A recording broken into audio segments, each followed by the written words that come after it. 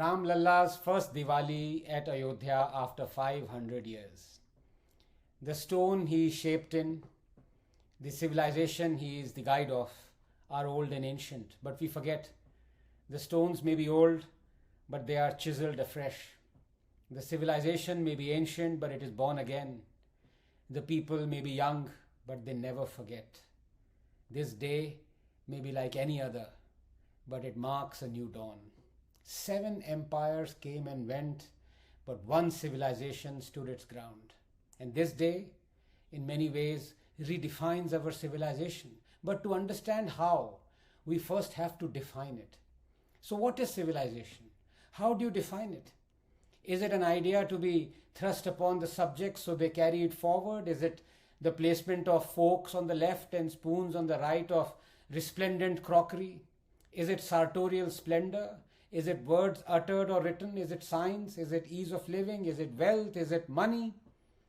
Many of the worst tyrants who've killed millions, wiped off entire races, even continents, have been poets, artists, proponents of science. But would you call their endowments as promoting or harboring a civilization? To me, the mark of a civilization is this unquenchable thirst of man to demand justice for his ancestors, to correct a historical wrong. For that exemplifies a continuity, an idea, a memory that can never be erased, that is worth fighting for and preserving. It makes justice greater than the sum of its parts. And that is why civilizations are not fleeting like empires. To demand justice for a people who are dead for hundreds of years, it is almost as though you can feel their pain, their suffering, their destruction that has transcended the limits of body and time. And that is why history is a medicine, why catharsis is a cure.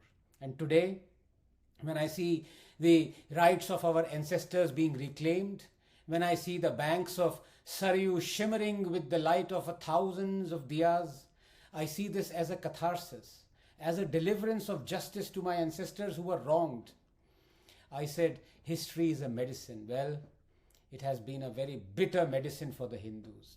Our leaders feared the consecration of Somnath, that it would herald Hindu revivalism, and we stayed silent. Our leaders gave away the most sacred Krishna Janamsthan fraudulently to the predatory Eidgah side, and we stayed silent. Our leaders promulgated the evil Places of Worship Act to deny us our legitimate right to reclaim our temples, and we stayed silent. But today, the Nandi outside Gyanvyapi smiles and unbuckles its legs, for he has heard Ram Lala's giggles. The baby Krishna buried under the steps of the Jahanara mosque stirs to life, for he has witnessed Ram Lala's crawl. 500 years, 20 generations before us were forced to see the Babri Masjid instead of the Ram Temple. The 21st generation sees the Ram Temple instead of the Babri Masjid. The time has come. The deliverance has come. It is confounding to me, because I am but a bunch of cells here today, gone tomorrow, but till the time I am alive, the concept of striving to correct a historical justice is vital. It defines who I am, what civilization I am part of, that erasing my genes cannot erase my civilization. The concept of justice in many ways is like memory. It keeps getting passed on until realized. Today, it stands realized. Some advance to greatness, others return to it. We Indians do both. You know, I've always said this, nations weaken not because of their past, but rather by how they are taught it. And for 70 years, we've been taught to forget historical injustices, from Somnath to Vishwanath, Babarpur to Bakhtiyarpur, Allahabad to Aurangabad, from Martand to Mathura. These justices have been deliberately made visible, as though to lionize the debasement, celebrate our humiliation.